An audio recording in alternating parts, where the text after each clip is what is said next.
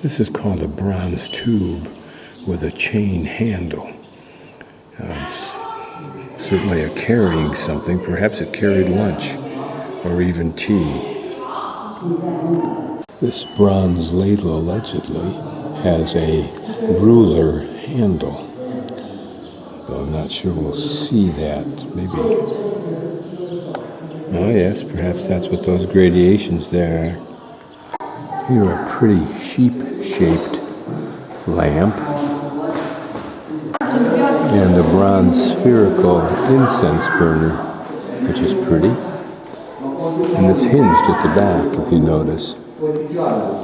Another more substantial bronze vessel with a chain handle. I remember an email that told the story briefly of an old man in a hospital for whom the staff treated as though he had no past because they were ignorant of it.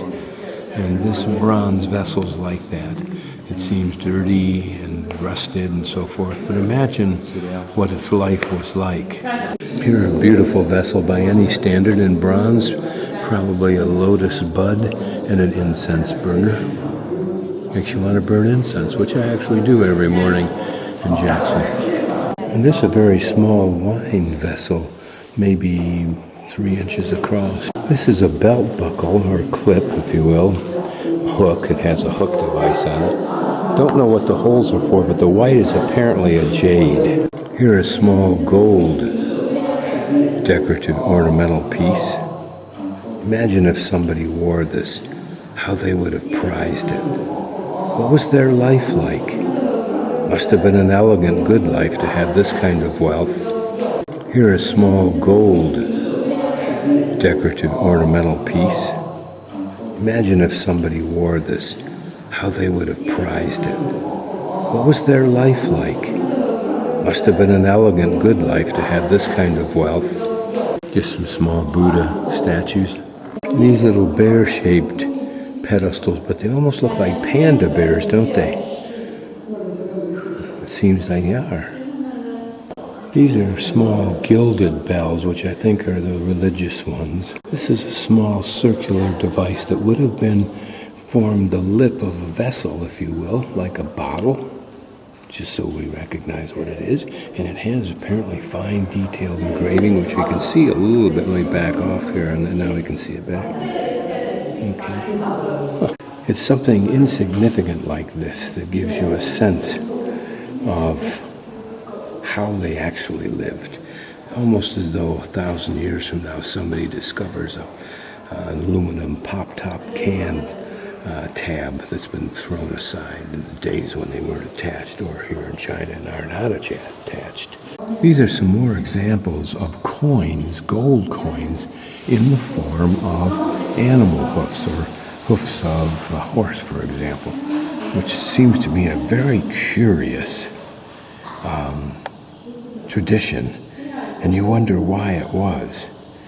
Was it that they, in being made, seemed to have that form, so they naturally migrated? Notice that they're hollow. Here a delicate jade vessel. It just seems inherently magnificent. This was a disc that looks very much like coins, except it has a round hole instead of square. It's probably engraved and apparently was a burial artifact.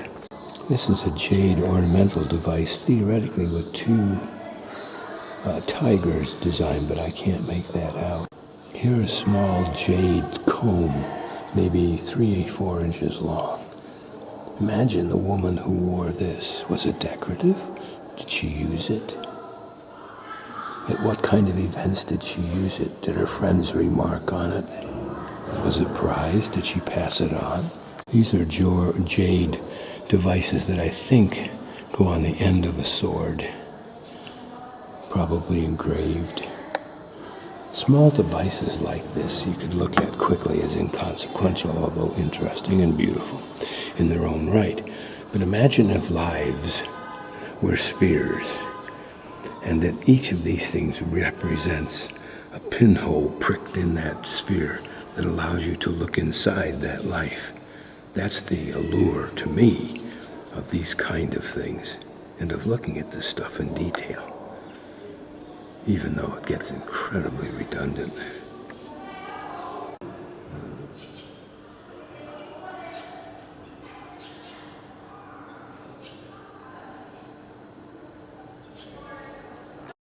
This is a gold kettle, obviously with excellent engravings on it. Well, what I'll call excellent, but with engravings, which I would think makes it excellent.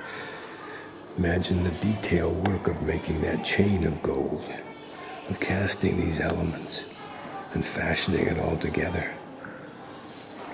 Imagine the art that was destroyed. A stele forest, if you will.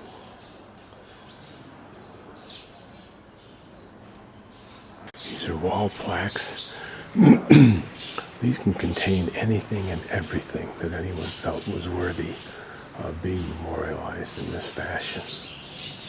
And I think such things are found all over the world, certainly in South America and the Mayan culture, or Mexico, the Mayan culture. Presumably these vertical posts perform the same function. Here's a very elaborate one. These also have, and may be exactly analogous to tombstones found in our cemeteries. But I don't think all of these things are necessarily related to death. Certainly in this trip I've seen stele that were memorializing simply a short phrase by an Emperor Qinglong, a phrase that to most of us would be an absolute throwaway of conversation.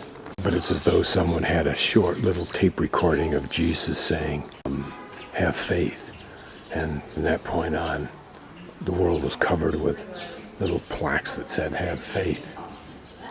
You can see that people just cannot avoid touching this. I, of course, can. But anyway, they have.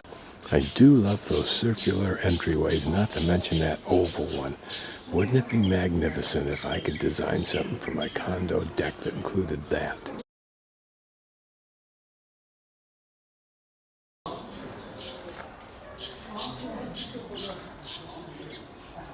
These trees are all named and in English, in case we're interested. This is a wild cherry tree. And this is cedar, revered all over China, apparently. And this a Yulan magnolia. Wonder if it produces flowers. Here's some lovely reliefs, carvings. If in fact that's what they are, as opposed to something done with cement, I don't know.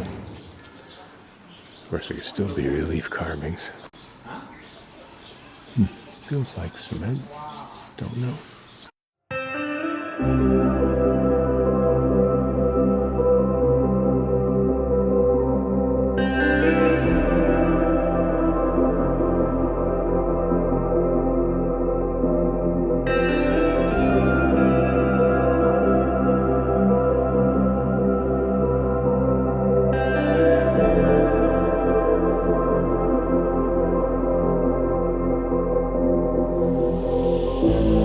I can only imagine what form these were found in.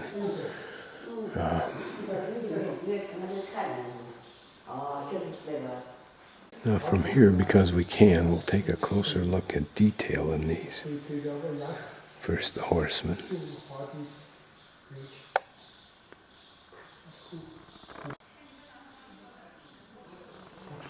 Now a surprising number seem to be looking slightly in this direction, so I'm going to focus down and try and look at many of the faces and see if we see differences or similarities, or both.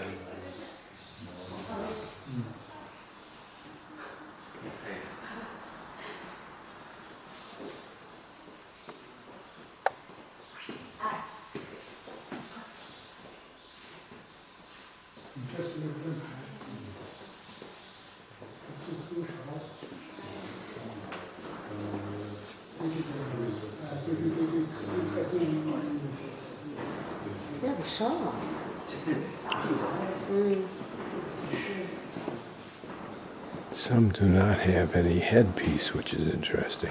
Here, for example, there are several that don't. Their heights seem different.